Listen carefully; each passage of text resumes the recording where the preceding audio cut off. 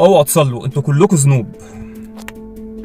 وده كلام الشيطان لبني ادم. اكبر خدعه واسهل لعبه بيضحك بيها علينا، يجيلك بذنبك وبيحسسك ان انت مطرود من رحمه ربنا، واحده واحده يخليك تبطل اي حاجه صح تعملها. طبعا انا لا اول واحد ولا اخر واحد هيتكلم على الصلاه وتاثيرها في حياه الانسان. اولا لازم نفهم حاجه، الفروض اللي عليك زي الصلاه والصوم والزكاه والحج مش مرتبطه بكونك مذنب ولا لا. انا وانتم والبشر كلها خطائين، وابليس بيضحك علينا بالذنب ده ويخلينا نبعد على ربنا، وبدل الذنب يبقى اتنين. الصلاه يا جماعه بالاخص هي عماد الدين، وهي اساس العباده السليم، ومفيش ليها بديل، ومفيش حد بيشيلها مكان حد، عكس بقيه الفروض زي الصوم والزكاه والحج ليهم كفارات او ليهم رخصه، مثلا غير مقتدر او مش قادر عليها. الا الصلاه مفيش اي حاجه بتغني عنها، لكن ربنا اداك ليها تسهيلات. لو مش قادر تقف اقعد، لو مش قادر وانت قاعد ممكن تنام على جنبك، مفيش حركه خالص ممكن بعينيك، مفيش ميه ممكن تتيمم، فمالكش حجه. السؤال دلوقتي، انا قاطع صلاه بقالي كتير او ما بصليش طول عمري،